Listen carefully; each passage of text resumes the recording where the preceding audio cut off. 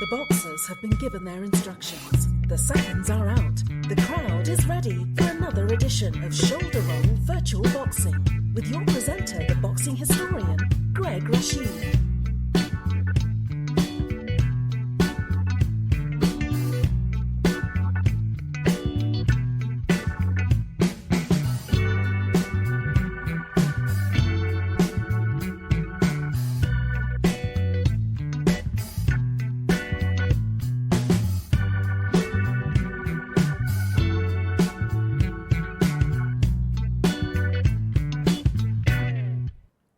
Say Swati Cup to everyone out there. This is Greg Rashid with another edition of the Shoulder Roll Virtual Boxing Podcast. For many folks, they listen at their convenience on various platforms on the internet, but a lot of folks listen every Sunday afternoon at 3 p.m. Mountain Time on KUHSdenver.com, created by the one and only Henry Archuleta. And I want to say hi to all my friends in the Colorado region. I'm going to get back there because I love Colorado. I love Denver. But right now, I'm loving Bangkok, Thailand. Happy to be here. And if you're new to the program, what we do here, we do fantasy fights, simulated fights. Today, we're using a simulation titled Bout 2 PC, created by Jim Trunza. But we also use other simulations, Legends of Boxing 2, Glory Days Boxing 2. You know, we use that. There's so many of them we use it. Those are three of the best, I have to say that. But today we're going to do a fight that you're going to say at first, well, that doesn't make any sense. He's too big for him. And what I'm talking about, this is a heavyweight fight. This is the Big Bang Zhilei Zhang, the one and only. Ranked, I think, in the top, I think he's number 5 right now in the rankings. Versus the one and only Smoking Joe Frazier. And I know you're saying right now, oh, God. Joe Frazier was maybe 5'10" versus the giant Zhang. Come on. But, you know, it could be an exciting fight. Could be an exciting fight. And all you got to do is, get this thing going and see what happens. So let's get the fight going right now. We're going to have everybody's favorite commentator, the one and only Knockout Nigel. Here he is. Cheers, this is Knockout Nigel, your humble commentator. It's a magical night here at Anfield, Liverpool. And yes, I must admit, as a lifelong fan of the Reds, there's nothing quite like the atmosphere here. The cop roaring, the spirit of legends like Gerrard and Dalglish echoing through these stands. But tonight, we're not talking football. Oh no, it's a fight between two titans, Zhilei Big Bang Zhang and Smokin' Joe Frazier. There is a huge height and weight discrepancy between these two pugilists. Frazier is 5 feet 11 inches, 195 pounds, while Zhang towers over him at 6 feet 6 inches and tips the 200-pound scales at 285 pounds. A big bang, indeed. The bubbly I have been given by the Liverpool supporters will certainly cause a big bang in my body. I will take a sip as round 1 begins. Round 1 kicks off, and Frazier's coming out fast, straight into action at ring center. Frazier lands his famous left hook for 3 points. He follows with another 3-point left hook to Zhang's ample body. Zhang tries to answer, but misses with a counter right jab. He's still finding his range here. And now Frazier again. There it is, a sharp 2-point combination. Oh, he's in control early, ladies and gentlemen. But wait, Zhang starts firing back. Zhang gets Frazier with a combo of his own for 2 points, followed by a solid 2-point right jab and, a 4-point left uppercut. Frazier's stunned. Frazier's knees buckled. Zhang's a big man, folks, and those punches carry weight. Zhang misses a right cross. Frazier's not backing down. Look at this. Frazier lands a big 5-point left hook. Zhang took a step back. The Scouser in me is loving this back and forth. It's like watching Liverpool push for a winner in the last minute of a derby. Zhang tries with a wild left uppercut, Misses. Frazier nails him with a 2-point left jab. Clean as you like, as the bell ends, round 1. Frazier is showing no fear as he dominated the giant, although Zhang did buckle Frazier's knees with a left uppercut. I am going to tell you folks that Bubbly from Liverpool is making my knees buckle too. That is some powerful brew. I will take a break from it as round 2 begins. Frazier's come out with a stick and move strategy. A lovely 3-point combination to start. Looking at him, move around the ring reminds me of Liverpool's midfield controlling the flow of play. Zhang's trying to move, but Frazier's cutting off the ring, backing him onto the ropes. Wow. Frazier is backing the big man up. Zhang's trying to rough him up, but referee Steve Smoger's not having it, warning Zhang for rabbit punching. Zhang lands a decent left hook for 2 points, but he's struggling to pin down Frazier, who's now picking him apart. A slick left hook from Frazier, and Zhang's looking a little ragged. The round ends, and oh no, Zhang's got a cut inside his mouth. That'll be a factor for sure. Frazier takes this round, in my opinion, dominating like Liverpool during that 4-0 win against Barca. Unstoppable. Nothing can stop me from a taste of bubbly before the next round. Round 3, and this might be a pivotal one. Frazier's in control again.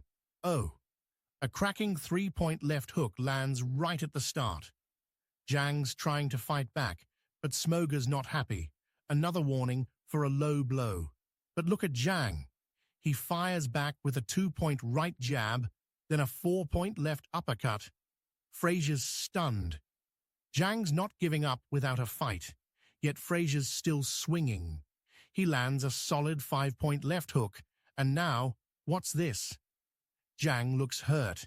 He is motioning to his corner. Zhang has signaled to them that he has a broken jaw. He cannot continue. That's it, the fight's over. At 1:18 of round 3, the referee calls it, Joe Frazier wins by technical knockout. The crowd here at Anfield is on their feet. What a battle. Frazier's done it, reminding us all of the relentless pressure and power that made him a world champion. It's been an unforgettable night, folks, just like Liverpool's glory days. This Liverpool bubbly has hit me like a Frazier hook, the best bubbly in the world. I will now return you to our Bangkok studio. This is Knockout Nigel. Cheers. Yeah, Knockout says that about all bubbly. It's all the best in the world. But anyway, hope you enjoyed that fight. And, you know, I could see that actually happening in a sense of, when you think about Joe Frazier fought Buster Mathis, who was 6'5". I mean, Ali was like 6'3.5", and he more than hell, he beat him. He beat both of them. You know, he held his own against big guys, and I could see him taking on a guy like the Big Bang and, you know, beating him. Now, if he didn't have that broken jaw, and, you know, things may have been different, we don't know. But anyway, it's a simulation. It's all about fun. And like I always tell folks, I can put these fights into the computer thousands of times and get thousands of different answers. But that's all it's about. It's about fun, just sitting back and imagining what would happen if Muhammad Ali fought Mike Tyson. What would happen if Sugar Ray Leonard fought Sugar Ray Robinson, which we actually have done on the show before, and probably will do again. And if you have a fight that you would like to see on here, just drop me a line wherever you listen to this program and let me know, as so many other people have done. You can be a promoter of a fight. And also, if you want to be a Patreon, please go to patreon.com, look for fantasy fights, Ringside Fantasy Fights in News. I should know my own website, Ringside Fantasy Fights in News, and make a $1 a month commitment. That's all it is. Whatever you can do, and become a Patreon. As so many people have done. My first Patreon was the one and only Al Red Sox fan, and please look at his site on YouTube. Great information he has on there. But you can become a Patreon today. Do that. I know you have a lot of, you don't have that much money, and There's a lot of places that your money can go to for entertainment, but if you like this program, just give us $1 or so a month so we can keep the program running, get a better microphone, better equipment, a little bit of everything, because it's all about serving you as a public. And I know there's so many people that like these programs, and we're going to keep them going because we love doing it, and we love that you love them. So anyway, we're going to get right now to some boxing history of Jessica. She's going to talk about what has happened, what is going on in the world of boxing history from the dates of August the 6th to August the 12th. So let's hear that on the Shoulder Roll Virtual Boxing Podcast.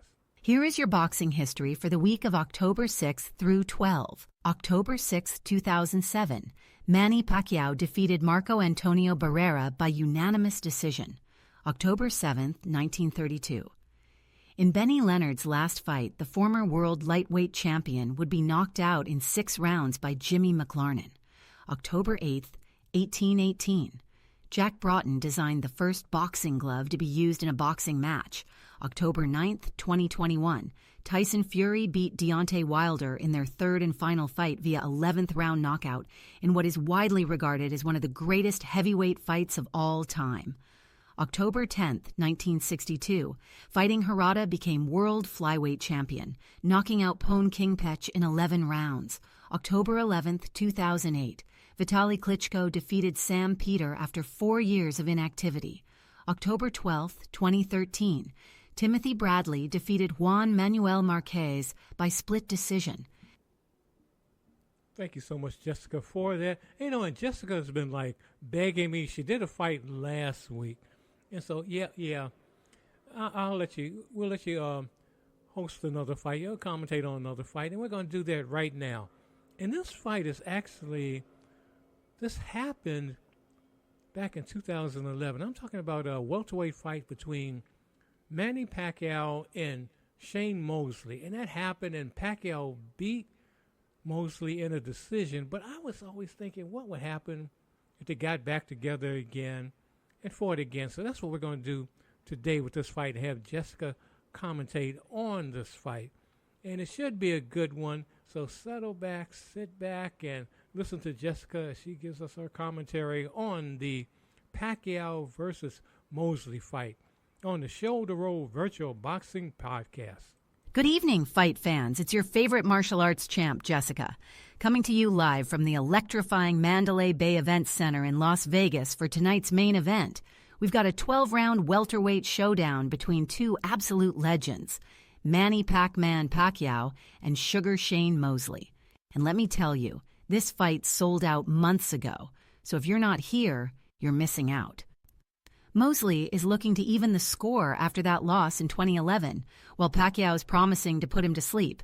It's a classic rematch, and I'll be with you every step of the way. And speaking of classics, I'm reminded of when Sugar Ray Leonard and Roberto Duran traded blows in the brawl in Montreal. Boxing has this beautiful history of rematches, doesn't it? Like Ali and Frazier.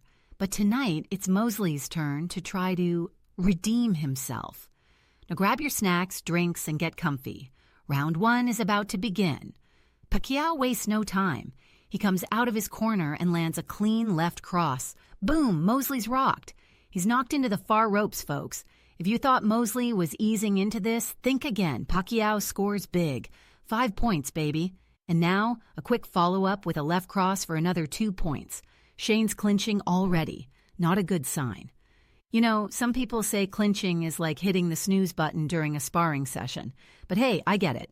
Mosley's just trying to buy himself some time. But here comes Pacquiao again with a right jab for 2 more points. Is he going to let Mosley breathe tonight? Wait. Mosley fires back with a blistering 3-point combo. Oh, there we go. Mosley's still got some heat, and Pacquiao, boom. A 4-point combo from Pac-Man, just as clean as you like it. What a start. They're both swinging like they're late to a party. But hold on, Mosley lands a crushing combo out of nowhere, and Pacquiao's down. Yes, you heard that right. Pacquiao is on the canvas, people. The ref's counting. 5, 6, 7. Pacquiao's back on his feet at 8, looking a bit shaken. Mosley's putting on the pressure. That round was pure fire. Mosley dropped Pacquiao and scored 20 points to Pacquiao's 17. If this is how round 1 went, I can only imagine what's coming next. Can Pacquiao turn it around? Pacquiao's not one to back down easily. He's been warned for using his glove laces. A little dirty play there, but it happens. He lands a stinging 4-point left cross. And another. This is the Pacquiao we know, throwing those punches like he's late for an appointment. Mosley's trying to stay cool, but his knees buckle after a fierce 5-point hook. Somebody get Shane a GPS because he's looking lost out there. This is what we love about boxing. It's like watching Muhammad Ali dance around George Foreman all over again. But Pacquiao isn't dancing. He's bulldozing. And that's the bell. What a furious pace, folks. Pacquiao had 15 points to Mosley's 9 in this round. He's storming back. But Mosley isn't backing down either, landing some solid jabs. Here we go again. Mosley lands a 3-point combo, and Pacquiao answers with a 4-point left hook. Bam! These guys are going blow for blow. It's like watching Gatti versus Ward all over again. But wait, Mosley staggers Pacquiao with a monster right uppercut for 5 points. Pacquiao's in trouble. Pacquiao fires back with a left uppercut that nearly puts Mosley into orbit. These guys are trading knockdowns like they're exchanging phone numbers at a party. But here comes Shane. Oh my goodness! A 5-point right hook sends Pacquiao to the canvas again. He's up at 5, but Mosley's moving in for the kill. Ding ding, the bell saves Manny this time. Freddie Roach is in the corner screaming at him. He's even putting ice between Manny's legs. Talk about drastic measures. Pacquiao looks like he got a second wind, or maybe it was that ice. He's coming out swinging. A solid 2-point uppercut to start the round. But the pace is slower, both guys catching their breath.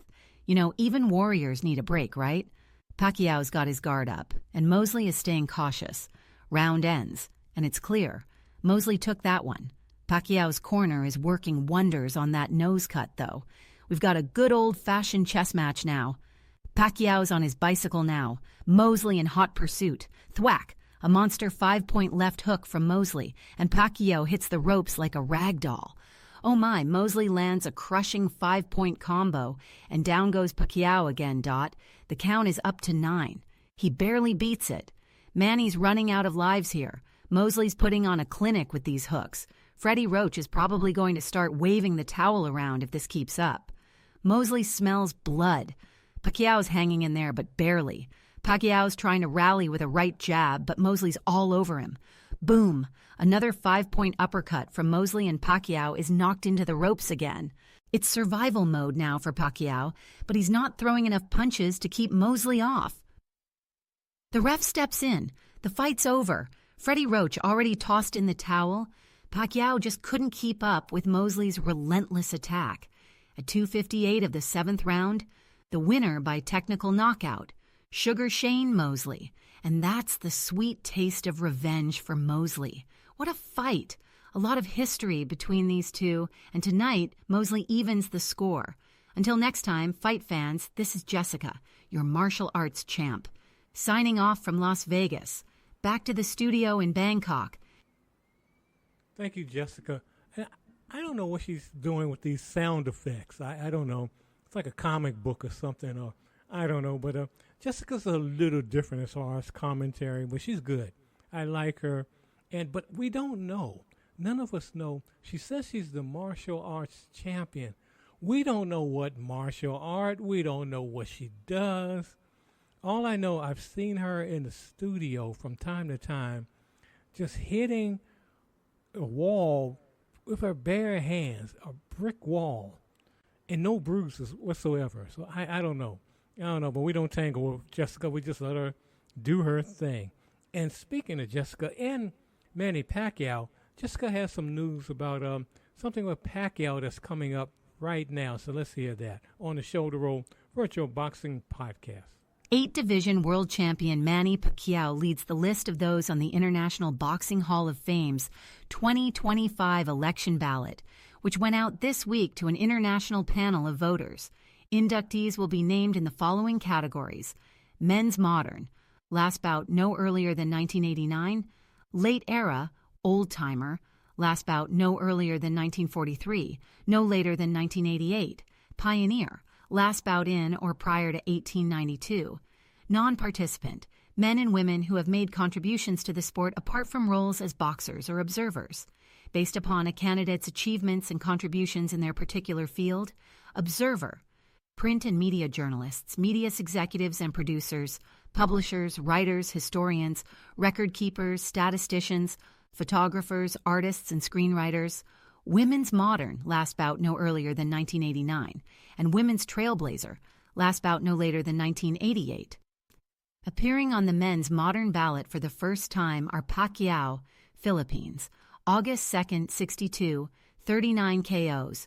Super middleweight world champion Lucien Butte, Romania, Canada, 32, 525 KOs. 4-division world champion Mikey Garcia, USA, 40-230 KOs. And welterweight world champion Sean Porter, USA, April 1st, 31, 17 KOs. 2-division world champions Jessica Chavez, Mexico, May 3rd, 32, 4 KOs. And Jessica Ricciosi, Canada, 33. 312 KOs debut on the women's modern ballot. Light welterweight world champion Bruno Arcari, Italy, February 1st, 70, 38 KOs.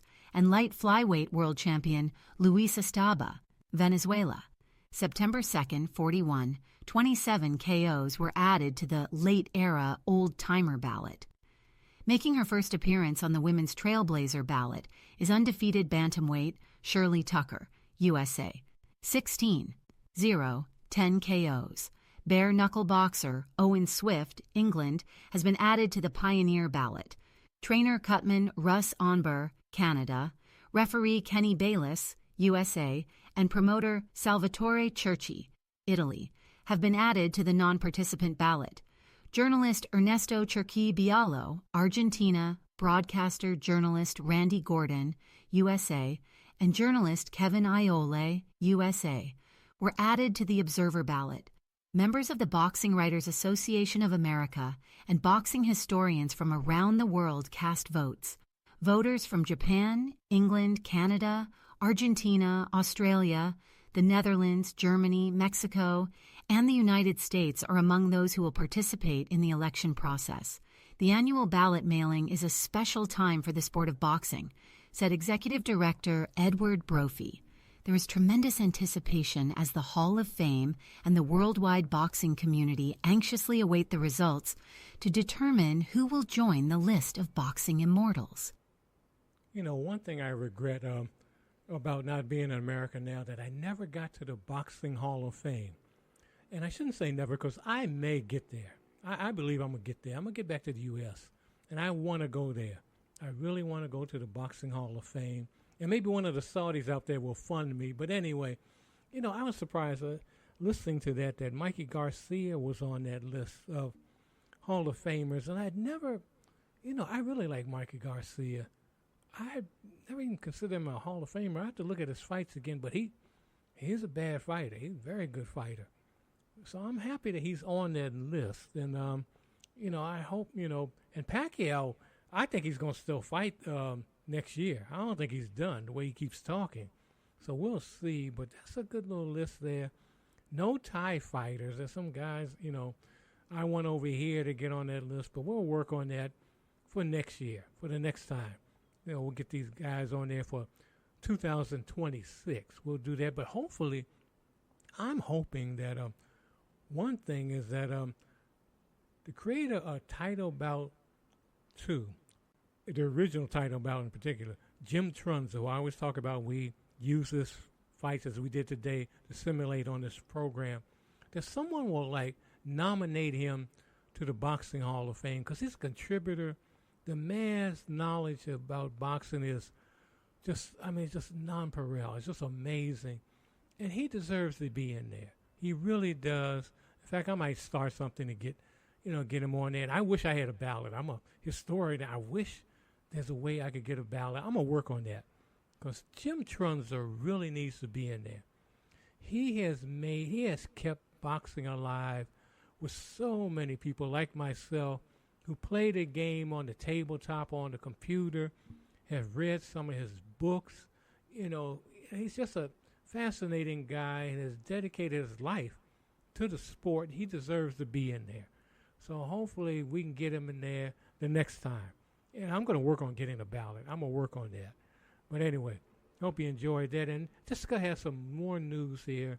And she's going to tell you next about the latest going on with, it's about Jake Paul, who will never get in the Boxing Hall of Fame. Although, I know there's an argument out there that some people say he kind of revived boxing.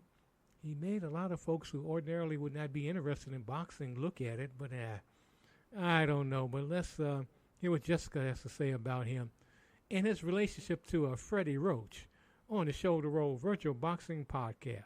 Boxing guru Freddie Roach has given YouTube star Jake Paul a lukewarm review, calling his skills okay as he gears up for a blockbuster fight with boxing icon Mike Tyson next month. The much-anticipated bout was initially set for earlier this summer, but Tyson had to delay his comeback due to an inflamed ulcer that led his doctor to recommend a halt in training. However, Iron Mike is back in the gym and feeling confident about stepping into the ring come in November. The showdown is slated for Friday, November 15th at Arlington's 8-Ant Stadium, where as many as 90,000 fans could witness the event. Tyson, who last fought professionally in 2005, losing to Kevin McBride, returned to the ring for an exhibition match against Roy Jones Jr. in 2020, which took place without an audience. On the other side, 27-year-old Paul is coming off a win against ex-UFC fighter Mike Perry this past July. Since the fight's announcement, there's been a wave of criticism from the boxing world, particularly after Tyson's withdrawal from their original July date. Since turning pro in 2020, Paul has racked up wins over Tyrone Woodley, Anderson Silva, Nate Diaz, and Ben Askren, with his sole loss coming at the hands of Tommy Fury last year. 2 years back, Paul popped into Roach's wildcard gym before his showdown with Silva. The famed boxing coach later dished on the young American to fight hype. "The kid's okay, a club fighter. I don't know him personally, and I've never really met him," he said.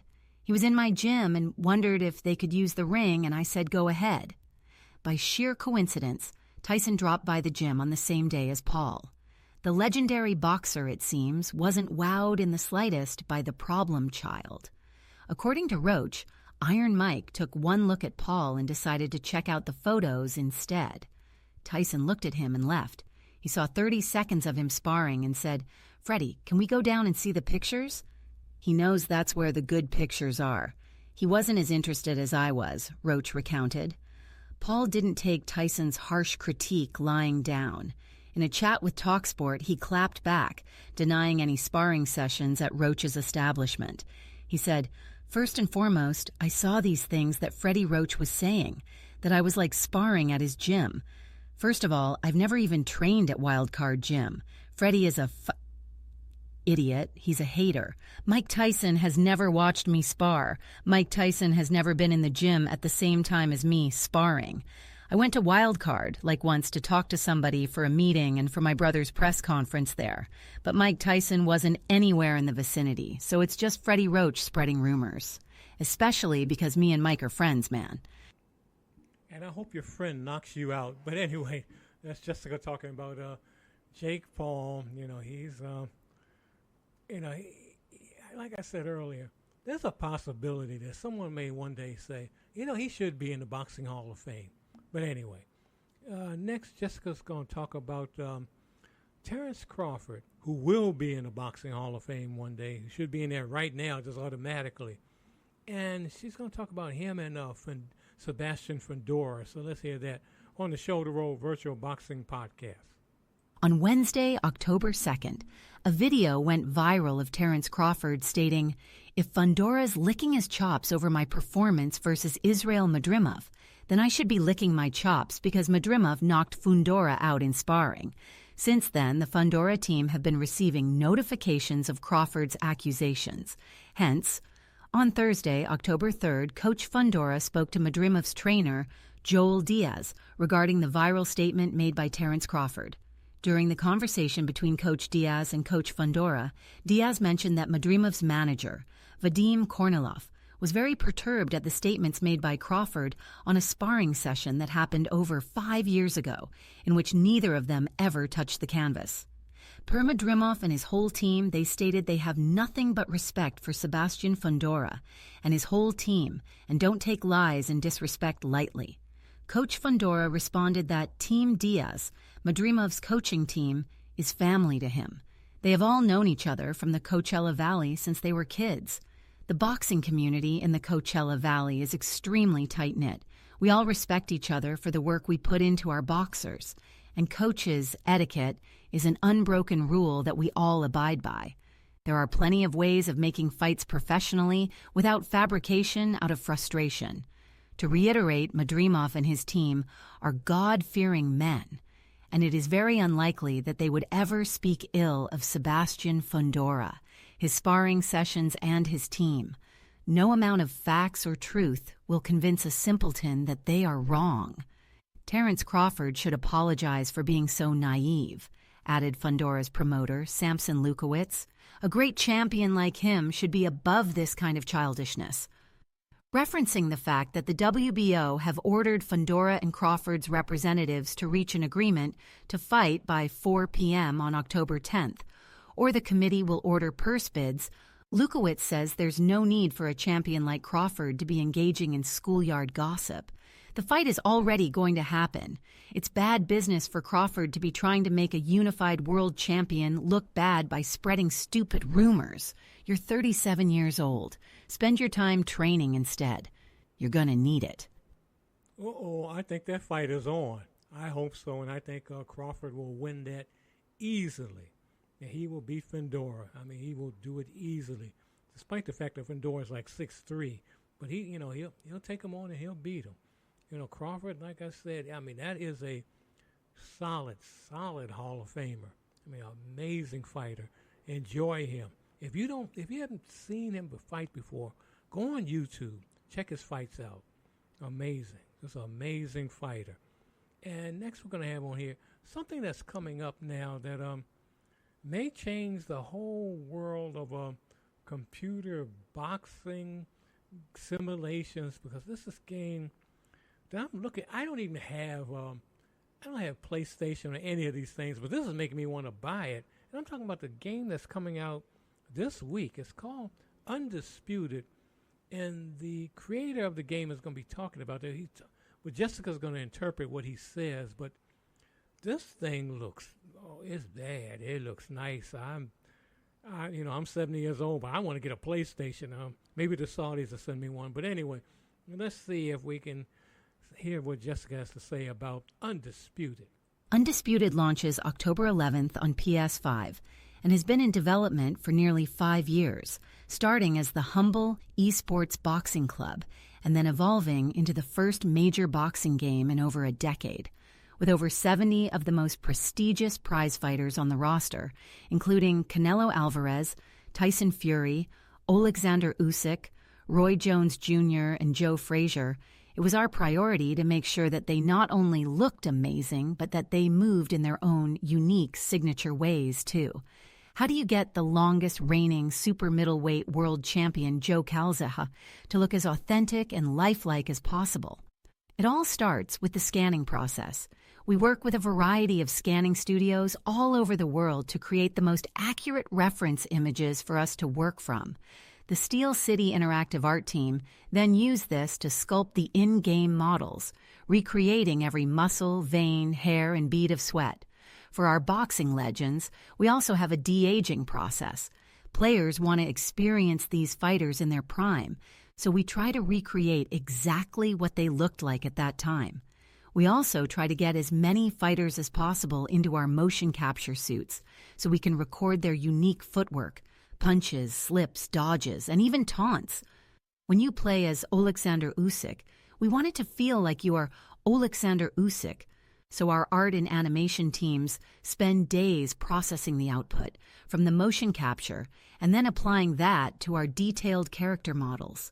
British and Commonwealth super lightweight champion Dalton Smith was one of the fighters we worked closely with to capture his boxing style. He also helped mimic some of the fighters who are no longer with us, studying their movements, then performing them so we can immortalize them in Undisputed. I am used to boxing in the ring or the gym, but throwing punches in a motion capture suit is a whole different ballgame. I got suited up and spent a few days working with the team at Steel City Interactive to capture not only my own personal in-ring moves, but those of some of the old school boxers as well. You don't realize how intense and detailed the process is until you're throwing the same punches and performing the same blocks over and over again until it's captured from every angle. Seeing the results in-game is incredible. My avatar really does look like me, said Dalton Smith. There's a saying in boxing that styles make fights, and we think it's really important that those styles are backed up with real-life statistics, too. There's no point in having the undefeated legend of boxing, Rocky Marciano, in the game if we don't also give him the punching power and stamina he was known for. That's why we work with CompuBox to define each fighter's ratings, statistics, and behaviors. When you're playing as a boxer with a fantastic knockout ratio, like Deontay Wilder, his ability to land KOs in the game is boosted. And this works the same for the AI version of them too.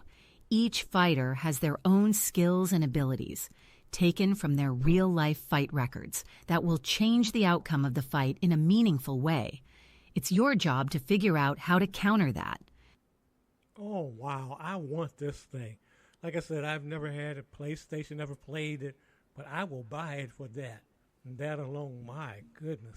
And if you go online and look at the preview of this game, it is something. If you're a boxing fan, and I know you are because you're listening to this program, you got to get this game. You got to get this thing. And maybe someone out there, hey, my birthday's coming up in December. Maybe one of my loyal folks out there, well, gift that to me. Or maybe I'll have a GoFundMe site to raise the money so I can get that. But anyway, it's going to be a major, major event when that game is released. Oh, my goodness. But anyway, speaking of fighting now, we're going to change from boxing to mixed martial arts for a minute and talking about one championship, which I always talk about that. It's from this area of the world, but they have a lot of the fights in Denver, Colorado. But this one happened over the weekend here in Thailand at Lumpini Stadium. And I've been, like I've said on this show in the past, I've been to Lumpini. It's the Madison Square Garden of Bangkok. In fact, it's the Madison Square Garden of Asia. And Jessica's going to talk about what happened there over the weekend. So let's hear that on the Shoulder Roll Virtual Boxing Podcast. You can fool Reggian the Immortal Earsel once, but you can't fool him twice. The Surinamese superstar defeated old foe Alexis Barboza Nicolas by unanimous decision in the main event of One Fight Night 25 on Prime Video to recapture the one lightweight kickboxing world title, and once again become a two-sport king in U.S. primetime on Friday, October 4th. Early on, Earsel stalked Nicholas around the ring at Lumpini Stadium in Bangkok, Thailand, using his jab to set up a plethora of attacks. From the outside, the Sityodtong Amsterdam gym representative snapped his left hand in the face of Nicholas and followed with low kicks, body shots, and his trademark jumping knees. The Frenchman absorbed the crushing blows without wilting under the pressure, and by midway through the contest, he began attacking with the same ferocity. The 26-year-old launched high kicks and spinning attacks with both fists and feet to try and slow Earsel down, but the latter only ramped up the action. In the championship rounds, the Immortal laid out the rest of his game plan. That plan included staying as close to Nicholas as possible and wearing him down with low kicks. Those tactics worked, as all three judges awarded Earsel the world title victory. Not only did the 31-year-old regain the lightweight kickboxing belt to pair with his lightweight Muay Thai gold, but he also bumped his professional record to 62-5 and handed Nicholas the only loss of his 25-fight career. Yeah, I've seen Earsel in person. I saw him last year in Lumpini here. Oh, he's something. A one championship. I know a lot of you out there, you're into UFC, but one is something. That That is something. So those of you who live in Colorado, when it comes to town, comes to the ball arena, please check it out. You will not be disappointed. But anyway, I want to thank Jessica for those news information that she gave us today. And we're going to switch gears now because, as I always say, this is a boxing variety show, and we do music on here. And I'm thinking, another thing I miss, I said earlier, some of the things I miss about America. One thing I miss is autumn. I do miss autumn. Seeing the leaves change. I really miss that. And I'm going to play a couple of songs about autumn, starting with Ella Fitzgerald and Louis Armstrong, Autumn in New York. And if you've never been to New York in the autumn, it's amazing. But anyway, let's hear that on the Shoulder Roll Virtual Boxing Podcast.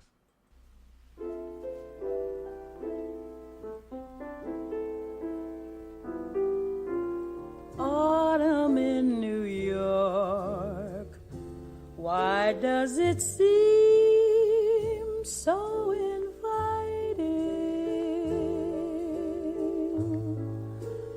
Autumn in New York, it spells the thrill of first nighting. Glittering crowds and shimmering clouds in canyons of steel, they're making me feel I'm home.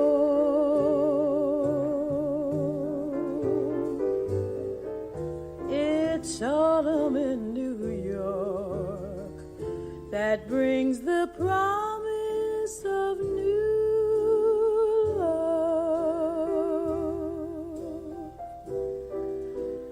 Autumn in New York is often mingled with pain.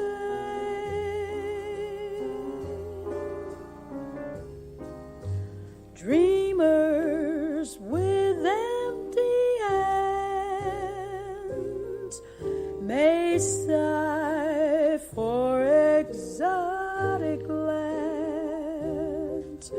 It's autumn in New York. It's good to live it again.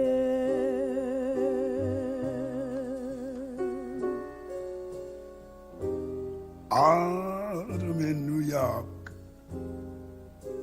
the gleaming rooftops at sundown. Oh, autumn in New York, it lifts you up when you run down.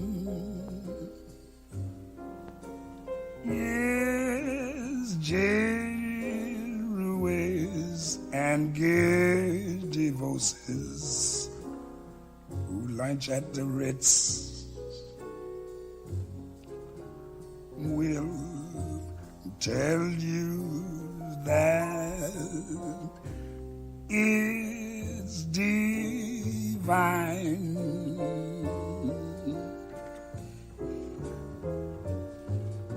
This autumn in New York transforms the slums into Mayfair. Oh, autumn in New York, you'll need the castles in Spain. Yes, lovers that bless the dark. Oh, on the benches in Central Park. Great autumn in New York. It's good to live it again.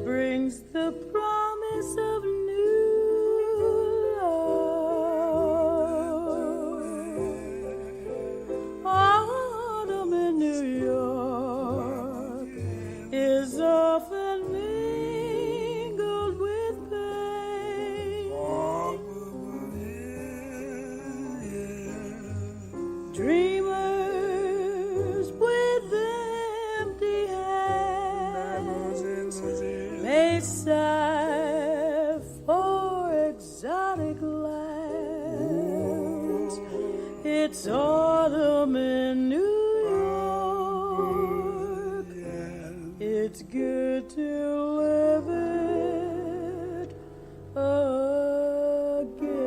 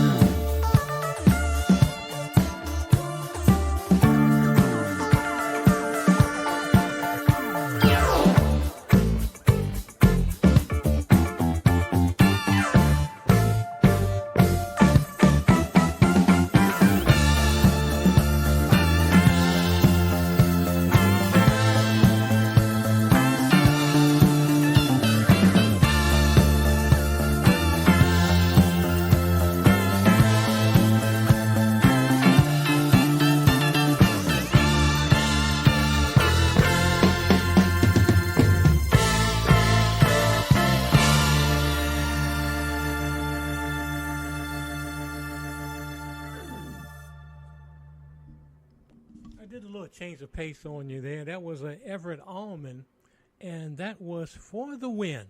And that's the drummer, Everett Allman. Very good. I mean, very, someone you should really check out. And before that, we did 2 versions of Autumn in New York. That last one was by the great saxophone player, the one and only Dexter Gordon. And on the piano, that was Kenny Drew. And we started the set off with Ella Fitzgerald and Louis Armstrong, Autumn in New York. Oh, God, it just brings me back, just being back in America. But anyway, because the leaves don't change any colors here in Bangkok. But anyway, hope you enjoyed the music on the Shoulder Roll Virtual Boxing Podcast. As I always say, this is a boxing variety show. So we do our simulated fights. We talk boxing history, boxing news. Sometimes we have interviews with boxers or those who've written books about boxing. And also we play music on here. And if you want to join the family here, just go to Patreon and just make your contribution. Look for Ringside Fantasy Fights and News. But anyway, we're going to get ready to get out of here right now. As we always say, go in love and go in peace. Help someone along the way. And when you wake up in the morning, get up, look in that mirror, and hug yourself and say, I love myself. If you're sight impaired, get up, hug yourself, and say, I love myself. Because if you don't love yourself, you can't love anything. You can't do anything. And we need all the love we can get in this world right now. Wars and wars are continuing to go on. We don't know what's going to happen next. Minute I get off here, there could be another war going on, an escalation of a war somewhere, anywhere from Gaza, Lebanon, over here in Myanmar, anywhere. You don't know, the Sudan. So do what you can. We're all together on this sphere. Do what you can in your community, in your suburb, in your farmland, your province, wherever you are. Do what you can to make it a better place by bringing some positive vibes to your area. It doesn't take much, just a little bit. That means picking up trash in your neighborhood, helping a young person, helping a senior, helping an animal in distress, doing what you can to make this sphere a better place. But again, this is Greg Rashid. Go in love and go in peace. We'll see you next time on the Shoulder Roll Virtual Boxing Podcast. Thanks for tuning in. Please remember to like, comment, share and subscribe to this channel. Thanks and have a great day.